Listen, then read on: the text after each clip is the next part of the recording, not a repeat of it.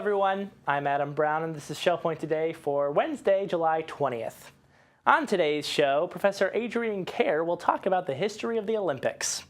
And Ruth Deuber will join David Lee in the kitchen and share a recipe for her triple mustard sauce. It's time once again for the Assisted Living's Tea and Tour events.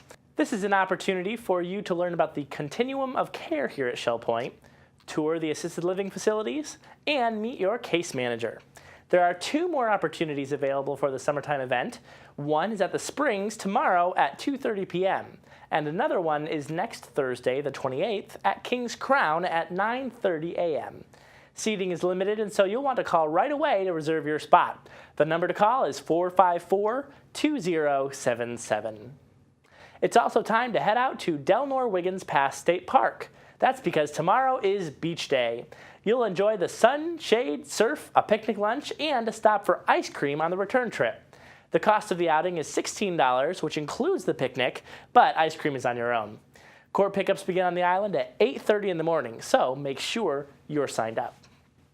And also tomorrow is the big day for residents to stop by during the grand reopening of the Island Health Club. A ribbon-cutting ceremony and a short presentation will take place at 10 a.m.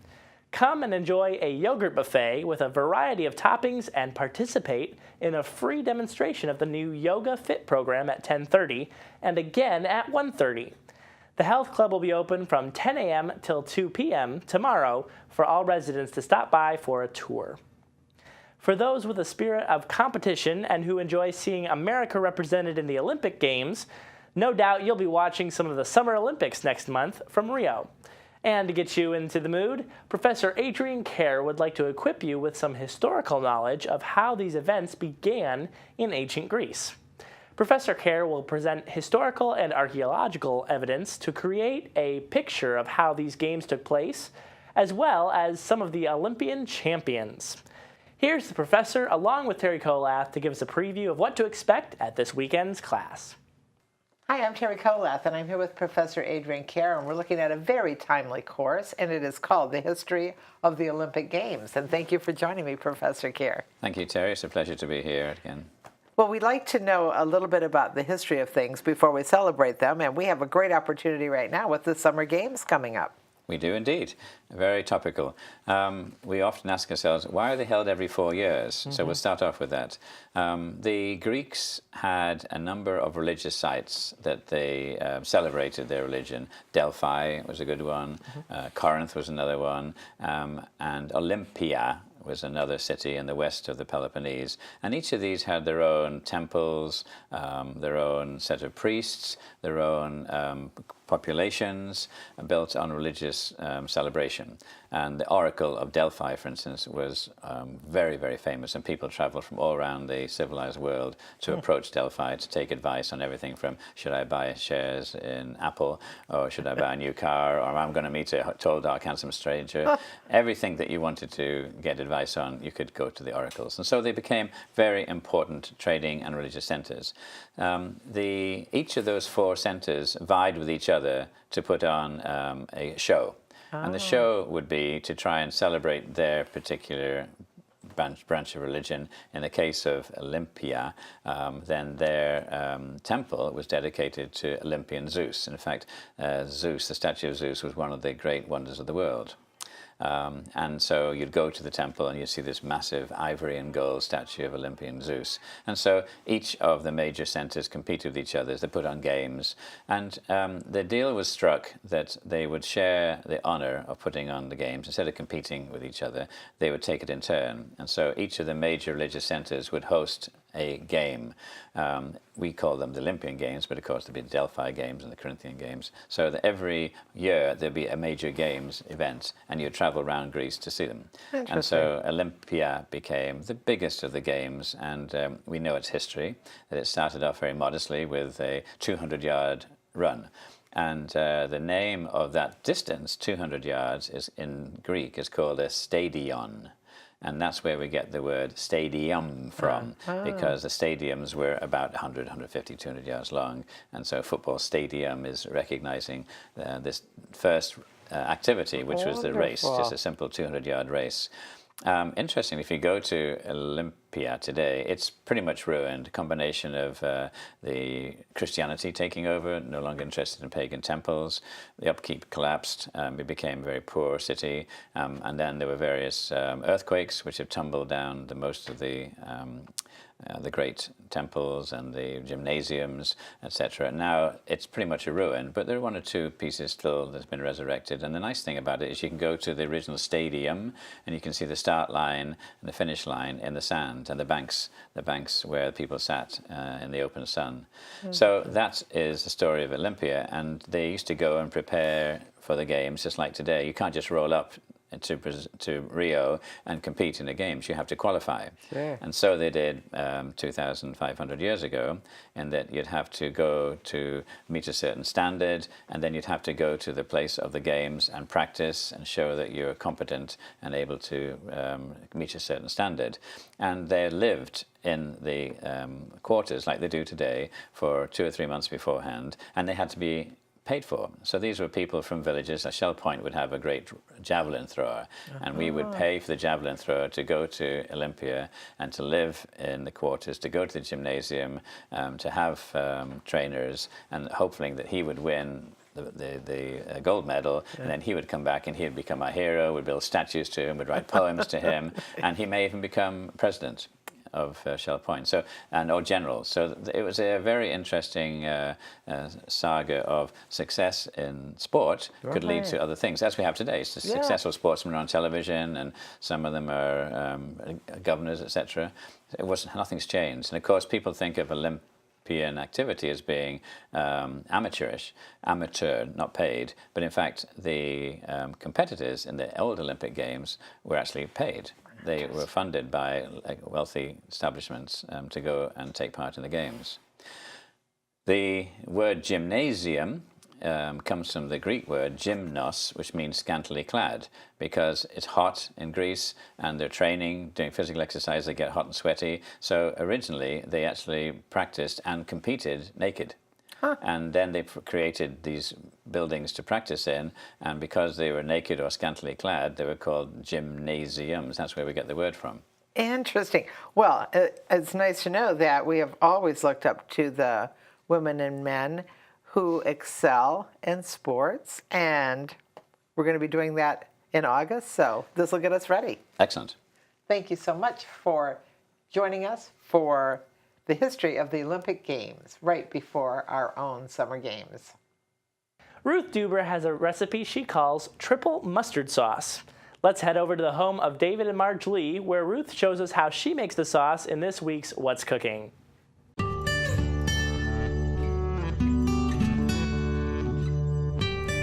Hi, I'm David Lee.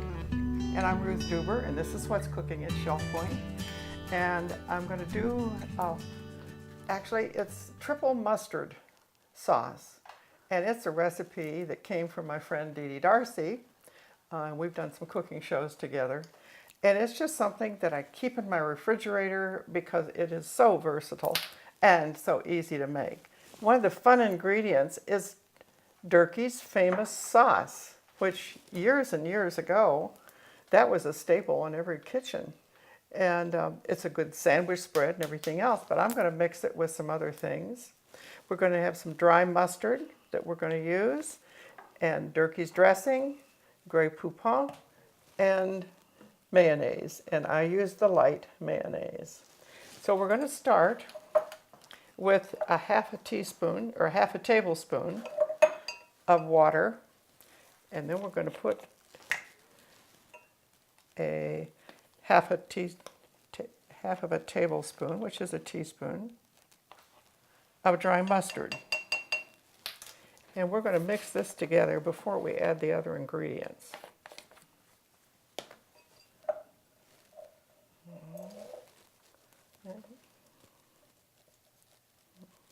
If you know, I'm thinking about it, I can't think of anything I don't use it on. So,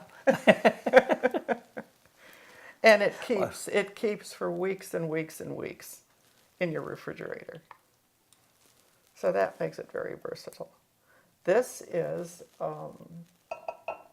the Durkee's, and it's a 3/4 of a cup. And this is the Dijon mustard. And I believe, yeah, this is a half a cup. So to get this started.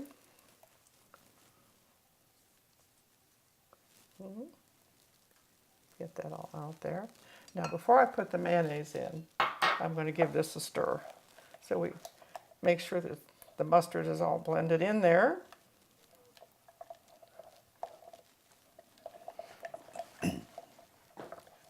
Okay.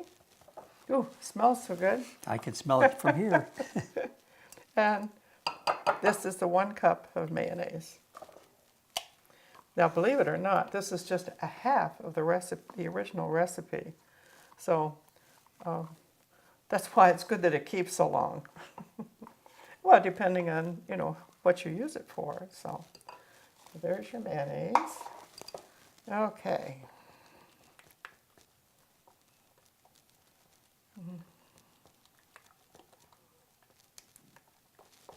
Yeah, that's coming together pretty well there.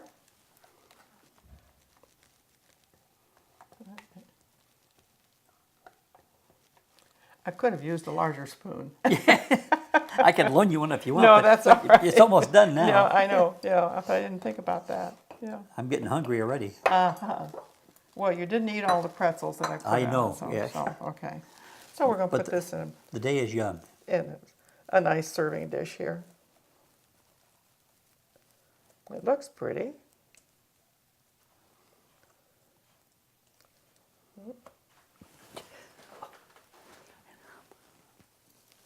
Put that over there. Now, here's one way that you can serve it. I just lightly steamed some asparagus. And so we'll put some of that on. Yeah. I could do it more artistically, but that's okay, Yeah. because the spoon is probably not the right size. So there's one way. And here's my favorite way. Let me put this right there. Oh, okay. How's that? All righty, we can do that.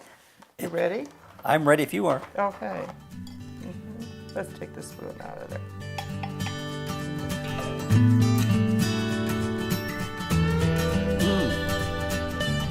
Nice and tangy. Nice and tangy, yeah. Isn't that great? Absolutely. You could do it with vegetables, you know, fresh vegetables. Yeah.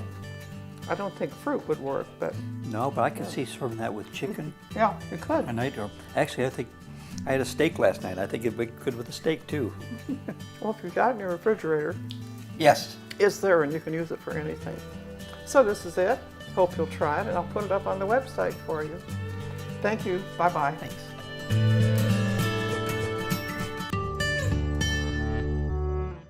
And now it's time to cover all of today's happenings, Academy news, menus, and Village Church connections. Well, hello and happy Wednesday. This is the happening segment of Shell Point TV. I'm Caitlin Vanscoy. And I'm Bev Chandley. And we're here to give you all the information for Wednesday's activities. We start at 8 o'clock with pickleball at the game courts behind the Resident Activity Center. Also at 8, men's round robin tennis is going on at the Woodlands. Lilly & Company Jewelers will be here for their weekly service at 8:45 in the Resident Activity Center. And we move to 9 o'clock for the watercolor group with Phil Hilton in the art studio. 10 o'clock's the time for men's match play tennis at the Woodlands tennis courts.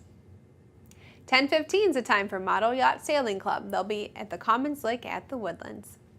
The Women's Ministries Global Outreach Group will be meeting in the hospitality room of the Village Church at 10:15.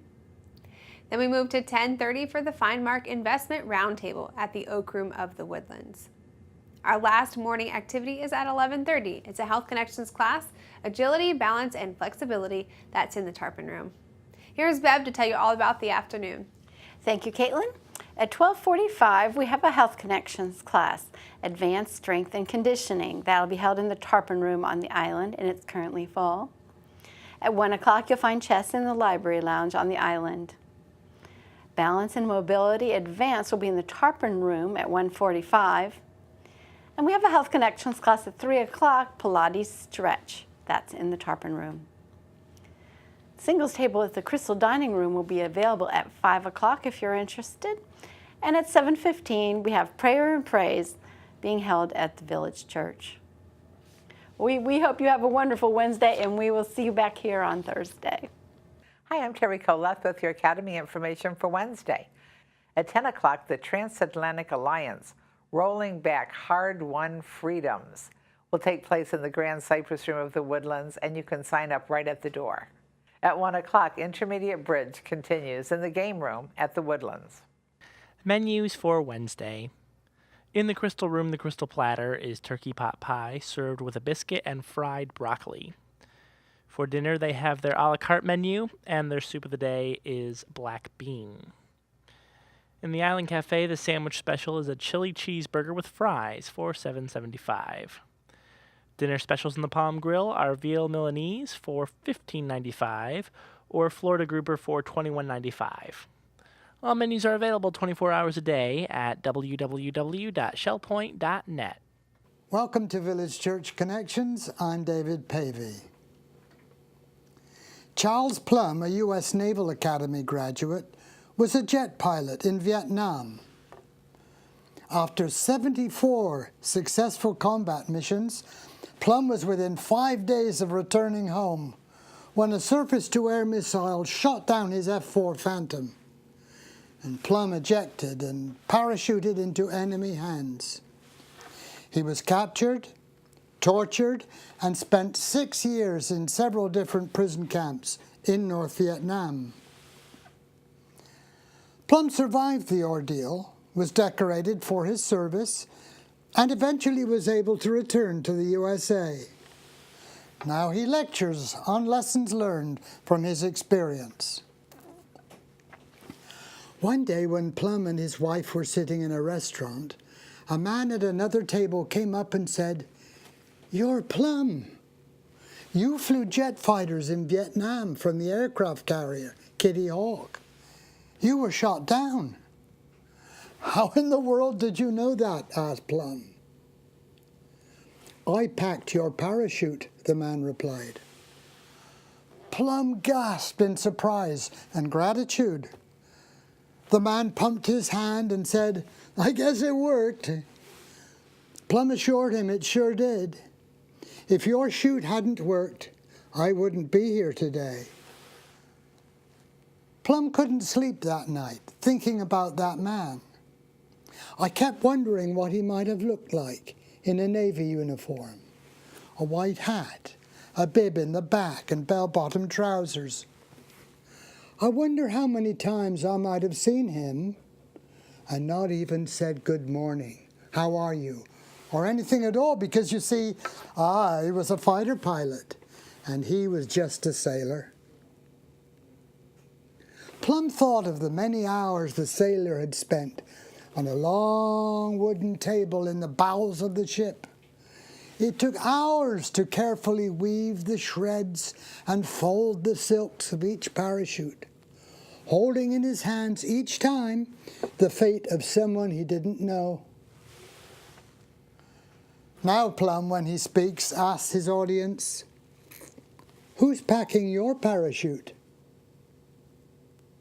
Everyone has people who provide what they need to make it through the day. Plum also points out that he needed many kinds of parachutes when his plane was shot down over enemy territory.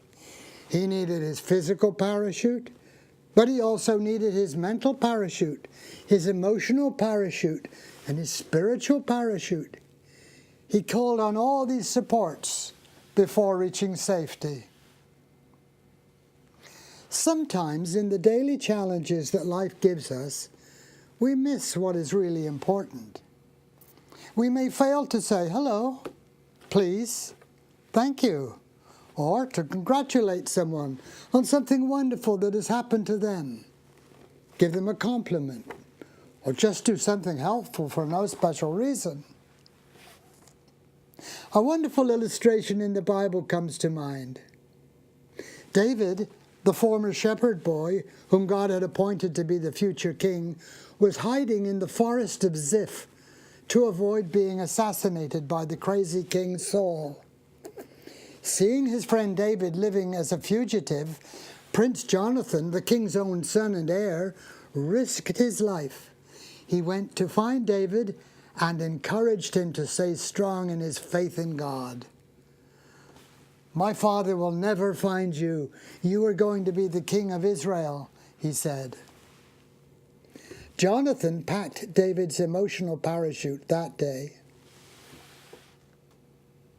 Recognize people who pack your parachute. Your spouse, your doctor, your friend, your kids, your colleague, your neighbor, your pastor, and become a parachute packer for other people. Thank you for tuning in to Village Church Connections. Thanks for joining us for today's show. Tune in again tomorrow when Jeff Corey of the Legacy Foundation talks more about estate planning with attorney Craig Hirsch. And we'll learn more about the new Director of Resident Life, Laura Slack. Until then, this has been Shell Point Today for Wednesday, July 20th. We're glad you joined us today, and we look forward to seeing you again tomorrow.